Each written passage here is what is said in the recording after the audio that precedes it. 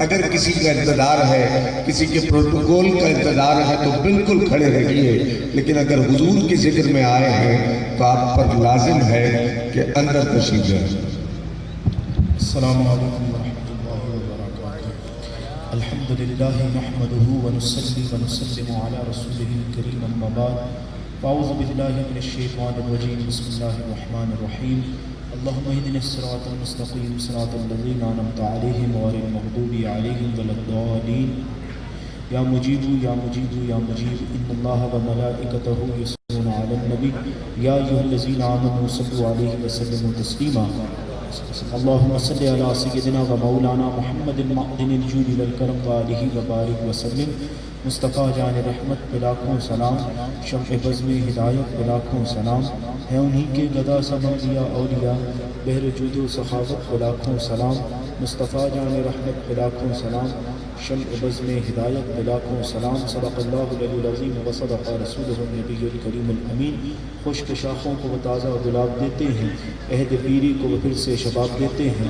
غفلت نہ کر پڑھ لے درود خدا کی قسم، وہ اب بھی تیرے سلام کا جواب دیتے ہیں۔ بڑی الصلاۃ والسلام علیکہ یا رسول اللہ، الصلاۃ والسلام علیکہ یا نور اللہ،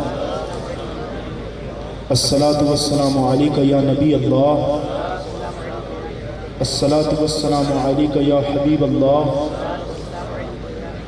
الصلاۃ والسلام علیکہ یا خاتم النبیین العالمین یا رسول اللہ صلی اللہ تعالی علیہ وسلم۔ اللہ رب العزت کا بے حد شکر اور احسان کہ اس نے ہمیں اس بابرکت محفل میں جمع فرمایا، اور یہ میلاد شریف کی محفل شادی کے سلسلے میں رکھی گئی ہے۔ اللہ رب العزت سے دعا ہے اللہ اس محفل کو اپنی بارگاہ میں قبول فرمائے، اور جس نیک مقصد کے لیے یہ رکھی ہے اللہ رب العزت اس نیک مقصد میں کامیابی عطا فرمائے۔ میرے پاس فقط 9 منٹ باقی ہیں، انہی 9 منٹ میں نے گفتگو کرنی ہے، کیونکہ اسلام وہ عظیم مذہب ہے، وہ دین حق ہے کہ جس میں انسان کو جینے کے ایک ایک لمحے کا طریقہ بیان کیا گیا۔ یہ وہ دین ہے جس دین میں فقط یہ نہیں بتایا گیا کہ اللہ کی عبادت کیسے کرنی ہے، فقط یہ نہیں بتایا گیا نماز کیسے پڑھنی ہے، روزے کیسے رکھنے، زکوٰۃ کیسے دینی ہے، کتنی دینی ہے، فقط اس کا نظام نہیں دیا، بلکہ اس مذہب میں انسان کو جینے کے ایک ایک لمحے کا طریقہ بیان کیا ہے۔ حتیٰ کہ یہ وہ مذہب ہے جس میں بیت الخلاء کے اندر جانے کی بھی دعا بتائی گئی ہے، اور بیت الخلاء میں کس طرح بیٹھنا ہے اس کا طریقہ بھی اس مذہب میں بیان کیا گیا۔ بیت الخلاء سے نکلتے ہوئے کیا پڑھنا ہے اس کا طریقہ بھی بیان کیا گیا۔ مسجد میں جاتے ہوئے، مسجد سے نکلتے ہوئے کاروبار کیسے کرنا ہے، سودا کیسے بیچنا ہے، کیسے خریدنا ہے، معاشی معاملات ہوں، زندگی کے معاملات ہوں، پانی کیسے پینا ہے، کھانا کیسے کھانا ہے، ہر چیز کا طریقہ اس دین میں بیان کیا گیا۔ ایک ایک چیز کا طریقہ اس دین میں بیان کیا گیا، اور اس مذہب میں ایک چیز کو جو پسند کیا گیا کہ اس مذہب میں انسان کو انسان کی اہمیت بتائی گئی۔ ایسا نہیں ہے کہ انسان کو یہ سکھایا گیا ہو کہ تم میں اور جانوروں میں کوئی فرق نہیں، یہ نہیں ہے۔ انسان کو یہ بتایا گیا ہے کہ تو اشرف المخلوقات ہے، تو تمام مخلوقوں میں سب سے عظیم مخلوق ہے، اور تیرا رتبہ تیرے طور طریقے دوسروں کے طور طریقے سے الگ ہونے چاہیے۔ تجھ میں جانوروں جیسی خاصیت نہیں ہونی چاہیے، بلکہ تو انسان ہے، اسی لیے اللہ نے تیرے لیے نکاح کے نظام کو پسند کیا ہے۔ جانوروں کی طرح ہر جگہ گندے کام کرنا اس کو اللہ نے پسند نہیں فرمایا، بلکہ کہا جو تمہارے فطرت میں شامل ہے، جو تمہیں کرنا ہے، جو تمہاری ضروریات میں سے ہیں، اس کا طریقہ کار ہے۔ اگر کھانے کے حوالے سے ہو، تمہاری بھوک کے حوالے سے ہو، تو پھر حلال رزق کماؤ اور اس سے کھاؤ، اور شہوات کے حوالے سے ہو تو پھر نکاح کرو اور اس ضرورت کو پورا کرو۔ اسلام نے اسی لیے نکاح کو پسند فرمایا، اور اس کی فضیلت میں کیا بیان کیا؟ اس کی فضیلت میں کس چیز کو بیان کیا گیا؟ امام غزالی علیہ رحمہ فرماتے ہیں کہ حضرت بشر حافی علیہ رحمہ یہ بہت بڑے بزرگ گزرے ہیں، اور ان کا نکاح نہیں ہوا تھا، انہوں نے شادی نہیں کی تھی، کیونکہ کچھ ولی ایسے بھی گزرے ہیں جنہوں نے نکاح نہیں کیا۔ تو جب امام احمد بن حنبل رحمہ اللہ کو کسی نے بتایا کہ بشر حافی انتقال کر چکے ہیں، آپ نے فرمایا 70 کے مقام کی نوک سے رہ گیا، یعنی 70 کے مقام کی نوک سے رہ گیا۔ تو لوگوں نے پوچھا حضور 70 کا مقام کیا ہے؟ اور یہ 70 کے مقام سے رہ گئے، اس کی نوک سے رہ گئے. مطلب فرمایا کہ 70 کا مقام وہ مقام ہے جو اللہ اپنے ان خاص ولیوں کو عطا فرماتا ہے کہ جو نبیوں کے بعد سب سے افضل اور اعلیٰ ہوتے ہیں. اللہ کیونکہ نبیوں کے بعد سب سے افضل و اعلیٰ صحابہ ہیں، صحابہ کے بعد تابعین، پھر اور اولیاء اللہ. لیکن کچھ ولی ایسے ہیں جن کو اللہ 70 کا مقام عطا فرماتا ہے. آپ فرماتے ہیں اگر یہ بشر حافی شادی کر لیتا تو اللہ اسے 70 کا مقام عطا فرماتا.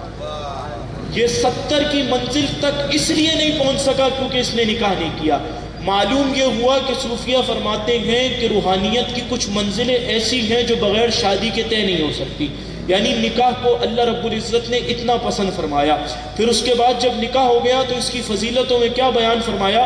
حضور علیہ الصلوۃ والسلام کی حدیث کا مفہوم ہے.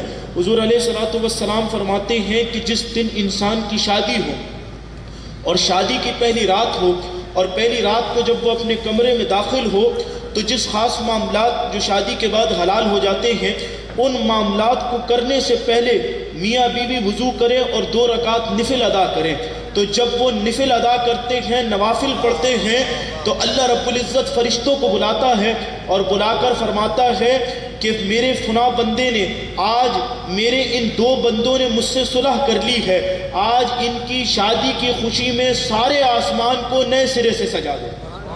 یعنی دنیا میں انسان شادی کی خوشی میں اپنا گھر سجاتا ہے، اور جب انسان یہ عمل کرے تو اس کی شادی کی خوشی میں اللہ رب العزت اس سے اتنا خوش ہوتا ہے، اللہ کی اسے اتنی رضا ملتی ہے کہ اللہ رب العزت اس کی شادی کی خوشی میں سارا آسمان سجا دیتا ہے.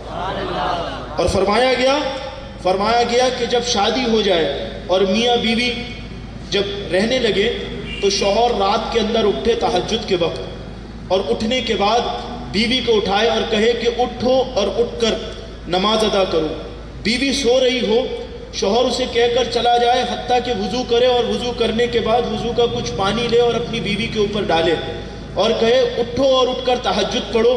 تو بیوی بھی اٹھ جائے اور دونوں میاں بیوی تہجد پڑھیں. حدیث شریف کا مفہوم ہے کہ وہ دونوں رکوع میں نہیں جا پاتے. اللہ فرشتوں سے فرماتا ہے میری رحمت کی چادر جنت سے لو اور ان دونوں کو میری رحمت کی چادر میں لپیٹ لو کہ یہ رات کے اس پہر اٹھ کر مجھے سجدہ کر رہے ہیں. یہ اللہ رب العزت ان کو فضیلتیں عطا فرماتا ہے جو شادی کے بعد اللہ کو راضی کرنے کی کوشش کرتے ہیں. آخر میں جو بات میں آپ سے کرنا ضروری سمجھتا ہوں، یاد رکھیں 2 باتیں کرنی ہیں. ایک تو یہ کہ میاں بیوی کو ایک دوسرے کے ساتھ کیسا سلوک رکھنا چاہیے.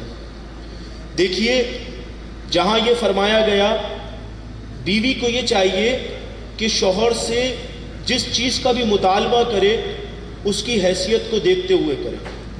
یعنی شوہر جتنا کماتا ہے اس کی کمائی کو دیکھتے ہوئے اس سے مطالبات کرے. اگر وہ ایسا نہیں کرتی اور اس کو بلا وجہ میں تنگ کرتی ہے، اس کی حیثیت کو جانتے ہوئے اس سے زیادہ مطالبات کرتی ہے، تو حدیث کا مفہوم ہے کہ وہ بیوی جنت کی خوشبو سے بھی محروم رہے گی. اور اگر بیوی جو ہے وہ شوہر کو خوش رکھتی ہے تو انشاءاللہ وہ جنت میں جائے گی. لیکن بیوی کے حقوق کے حوالے سے حضور علیہ الصلوۃ والسلام کی سیرت سے جو ہمیں سیکھنے کو ملتا ہے وہ کیا ملتا ہے کہ ہمارے یہاں یہ ہوتا ہے کہ ہم شوہر حضرات، یہ ہمارا معاشرہ بن چکا ہے کہ بیوی کو پیر کی جوتی سمجھا جاتا ہے، اور وہ آدمی اپنے آپ کو مرد سمجھتا ہے جو بیوی کے اوپر زیادہ ڈانٹ ڈپٹ کرے اور بیوی کے اوپر زیادہ سختی کرے. یعنی جو بیوی کو جتنا دبا کے رکھے ہمارے معاشرے میں اس شخص کو اتنا ہی زیادہ جو ہے وہ عزت دار شاید سمجھا جاتا ہے. لیکن ایسا نہیں ہے. حضور علیہ الصلوۃ والسلام جب ہماری ماں عائشہ صدیقہ رضی اللہ عنہا بیمار ہوتی، حضور خود آٹا گوندا کرتے تھے. حضور ان کے حصے کے کام خود کیا کرتے تھے.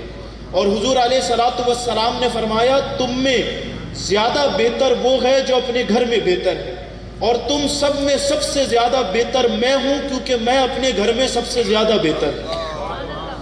تو حضور نے فرمایا، حضور کی سیرت یہ بتاتی ہے کہ بیوی کا بھی خیال رکھنا ہے. اگر وہ جائز مطالبات کرتی ہے آپ کی حیثیت کو دیکھتے ہوئے تو اس کے مطالبات کو پورا کریں، اس کی خواہشات کا خیال کریں، اس کی جو خواہشات ہیں ان کا خیال کریں.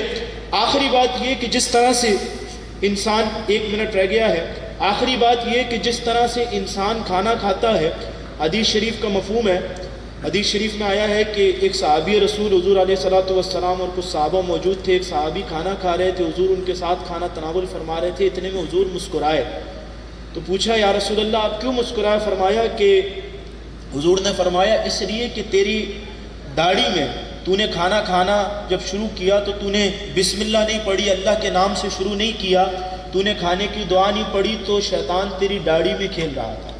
جیسے ہی تجھے یاد آیا کہ تو نے بسم اللہ نہیں پڑھی یا دعا نہیں پڑھی کھانے کی تو تو نے بیچ میں کہا بسم اللہ واللہ آخرہ، جب تو نے یہ کہا تو وہ شیطان چکر کھا کر گر گیا۔ معلوم یہ ہوا کہ جب انسان کھانا کھاتے ہوئے اللہ کے نام سے شروع نہ کرے تو اس کھانے میں شیطان کی مداخلت ہوتی ہے۔ اسی طرح علماء فرماتے ہیں کہ جو انسان کو اپنے خاص معاملے کے لیے دعائیں بتائی گئی ہیں کہ جب بیوی کے قریب جائے اور وہ خاص معاملات ہوں تو جن دعاؤں کا بتایا گیا جب انسان وہ دعائیں نہیں پڑھتا تو شیطان ایسی چیزوں میں پھر مداخلت کرتا ہے۔ تو شیطان کی مداخلت سے بچنے کے لیے اور اس کے بیچ میں اس کے اثرات سے بچنے کے لیے ان دعاؤں کو پڑھ کر یہ معاملات کریں تاکہ اللہ آنے والی اولاد خیر و برکت کے ساتھ عطا فرمائے اور آپ کو ایسی اولاد عطا فرمائے جو آگے اللہ کے دین کی خدمت کرے اور آپ کے لیے دنیا اور آخرت میں کامیابی کا باعث بنے، کیونکہ نیک آپ اگر دنیا میں دیکھیں تو جتنے بھی ماں باپ کے نافرمان بچے ہیں وہ زیادہ تر آپ کو وہ ملیں گے جن کا دین سے تعلق نہیں ہوگا۔ جن بچوں کا دین سے تعلق ہوتا ہے وہ زیادہ تر آپ کو والدین کے فرما بردار ملیں گے۔ تو اسی لیے دین سیکھیں اور آگے بھی یہی نیت کریں کہ ہم اپنی اولاد کو بھی دین سکھائیں گے۔ اللہ رب العزت ہم سب کو عمل صالح کی توفیق عطا فرمائے۔ وآخر الدعوانا الحمدللہ۔ آمین۔ حضرت علامہ صاحب حسان الہی قادری